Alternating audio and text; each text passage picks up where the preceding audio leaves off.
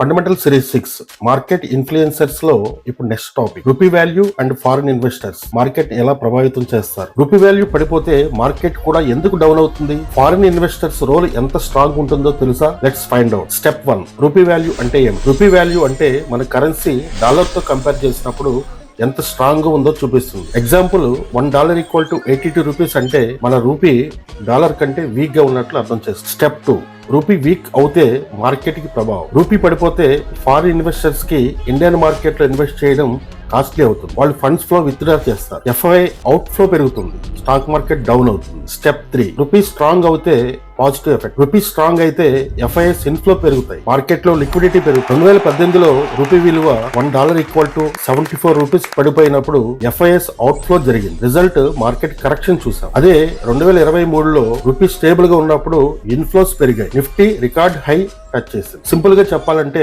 Rupee strength and FIs inflow market direction decide చేస్తాయి. Next వీడియోలో crude oil prices మన stock market మీద ఎలా ప్రభావం చూపుతాయో చూద్దాం. నచ్చిందా? ఫాలో చేయండి మార్కెట్ విత్ సైకా.